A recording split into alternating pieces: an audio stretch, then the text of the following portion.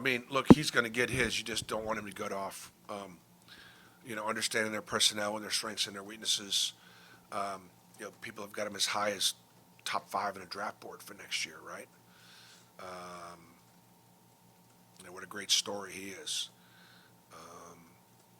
So he could, can do it all, both ends of the floor. Presents a real matchup problem because he's one of the biggest guards our guards will face, and he's one of the most skilled forwards our forwards will face. But I do think one of the keys to playing Tennessee is they've got so many weapons, like anybody and everybody that play. They got so many dimensions. They got 3 great defensive guards, 3 or 4 great defensive guards, and some of the guards coming off the bench are great defensive guards. They got 5 or 6 great 3-point shooters. So it's not just taking away Ziegler or Vescovi or Josiah James or about 6 guys you got to worry about. So they're good in transition. They play fast.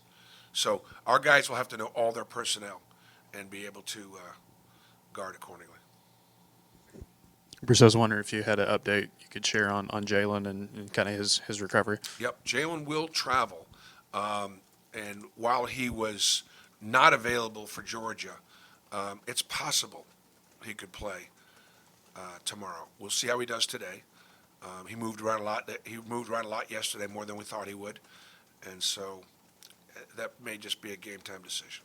I guess going back to Aiden on Saturday, other than his, he made obviously the 5 threes, which you talked about his confidence, but in terms of how he's been running the offense and how he did in that game, and I guess moving forward, what did you kind of see with him on the floor and how they did?